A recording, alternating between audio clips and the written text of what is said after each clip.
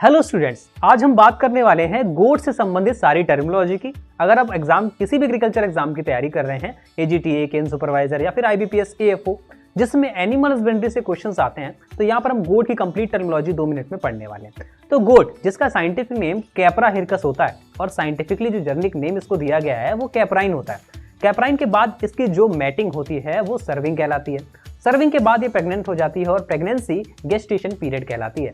इसका gestation period 145 से लेकर 148 दिन के आसपास होता है और गेस्टेशन पीरियड कंप्लीट होने के बाद जब ये बच्चे को जन्म देती है तो एक्ट ऑफ गिविंग बर्थ यानी बच्चे को जन्म देने की क्रिया जो है वो किडिंग कहलाती है और जो बच्चा होता है वो किड कहलाता है। मेजरली 2 से 4 किलोग्राम या फिर 2.5 से 3.5 साढ़े 4 किलोग्राम तक उस बच्चे का वजन होता है जब जन्म होता है। यंग मेल जो होता है वो बकलिंग कहलाता है, यंग फीमेल गोटिंग कहलाती है। जब ये एडल्ट हो जाते हैं तो अडल्ट मेल बक और एडल्ट फीमेल डो कहलाती है। साथ ही साथ इनका ग्रुप जो है वो फ्लॉक कहलाता है।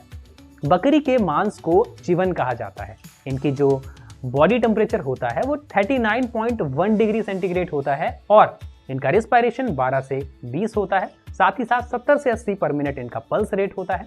और अगर इनके बारे में बात करूं तो कैस्ट्रेशन करने के बाद जो कैस्ट्रेटेड मेल होता है उसे वेडर कहा जाता है और कैस्ट्रेटेड फीमेल को स्पेड कहा जाता है। और साथ ही साथ बकरियों में जो सबसे अच्छी, सबसे शानदार नस्ल मानी जाती है वो जमुनापारी मानी जाती है। तो आई होप गोट से संबंधित सारे टर्म्स आपके समझ में आए होंगे।